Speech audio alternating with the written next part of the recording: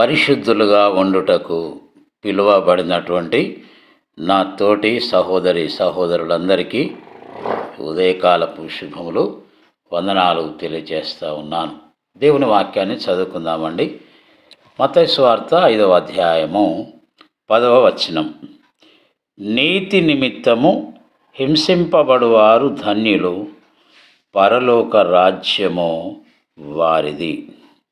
క్రీస్తునందు ప్రియ సహోదరులారా, కోటాను కోట్లుగా ఉన్నటువంటి ఈ మానవ ప్రపంచంలో ఒక ప్రత్యేకమైనటువంటి ప్రణాళికతో ఉద్దేశము కలిగిన దేవుడు మిమ్మల్ని నన్ను ఏర్పాటు చేసుకొని ఆయన సొత్తుగా మార్చుకొని ఆయన మహిమార్థమైన సాక్షులుగా మనల్ని వాడుకొనుట అనేది చాలా గొప్ప విషయంగా మనం పరిగణించాలి. చదువుకున్న లేఖనంలో చూస్తే ఎవరు ధన్యులు అని ఆలోచన చేస్తే ఈ లోకంలో కోటీశ్వరులు ఉన్నారండి,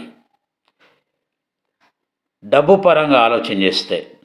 అయితే నీతి పరంగా ఆలోచన చేసినప్పుడు మనం కోటీశ్వరులమని విషయాన్ని మర్చిపోకూడదు.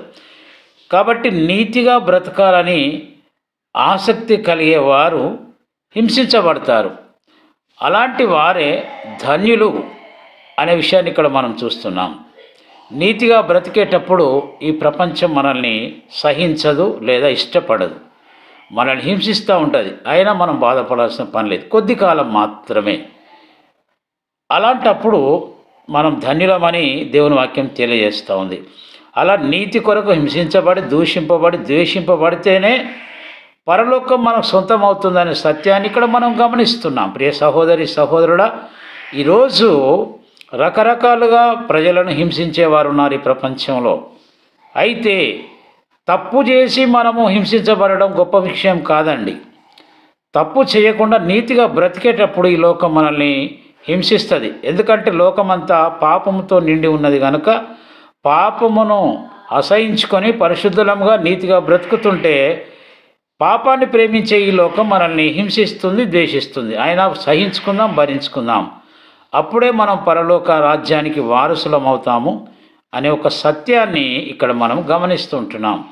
అలా నీతి కొరకు మనము జీవించుదాం, నీతి కొరకు హింసించబడదాం.